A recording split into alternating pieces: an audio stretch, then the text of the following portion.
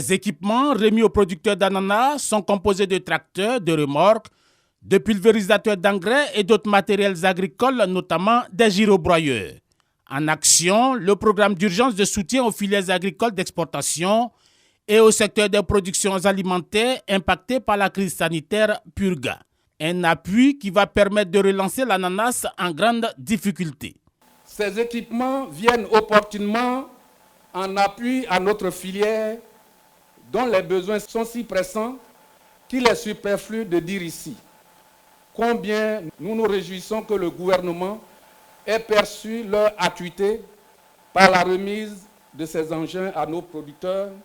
Et il s'agit là d'un acte décisif et surtout d'un acte de haute portée sociale et économique.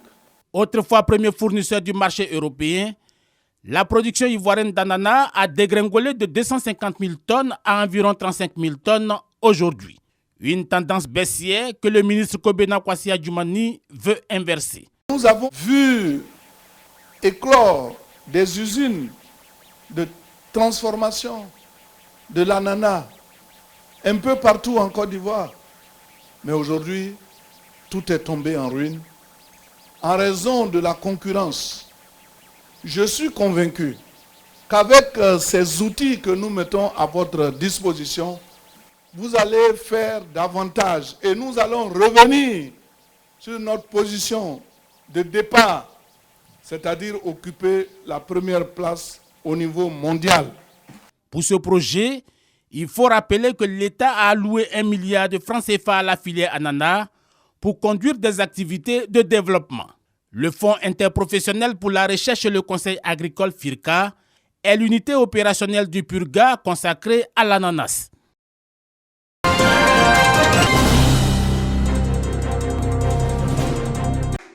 Thomas Gessambi est le nouveau président de la mutuelle de développement de Koumoudji, village situé dans la sous-préfecture de Kononfla, à Saint-Fra. À l'origine, une association des ressortissants de cette localité créée en 1981. La mutuelle de Koumoudji a été lancée sur les fonds baptismaux il y a maintenant 15 ans. Cela dans une perspective de développement fait face aux réalités de Koumoudji et de ses ressortissants. C'est dans une ambiance festive que Thomas Gessambi est officiellement installé dans ses attributs de président.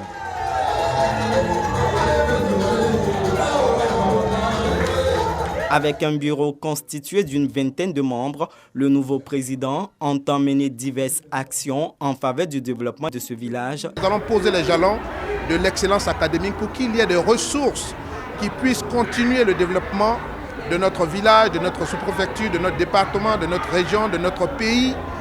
Et puis, naturellement, travailler à la création d'emplois. Aujourd'hui, que la cacaoculture ne donne plus et ne nourrit plus, il nous faut nous réinventer et introduire des cultures nouvelles dans nos villages, dans notre sous-préfecture. Thomas Gessambi et son équipe bénéficient du soutien des chefs traditionnels et des cadres de la région. Les mutuelles ont cette capacité de capter des ressources financières pour aider à l'autonomisation de la femme, mais également présenter des palettes d'emploi et d'employabilité. Nos vœux de succès, de prospérité accompagnent le président. L'État ne peut pas tout faire. Il y a souvent des tâches élémentaires que les cadres voient tout le temps. Le premier conseil que je dois lui donner, c'est de prendre son bâton de pèlerin pour dire à tout le monde que cette mutuelle-là, c'est l'affaire de tous les enfants de Koumoudji. Cette mutuelle comprend plus de 300 adhérents, des ressortissants de Koumoudji vivant sur tout le territoire national. Thomas Gessambi est élu pour un mandat de 3 ans.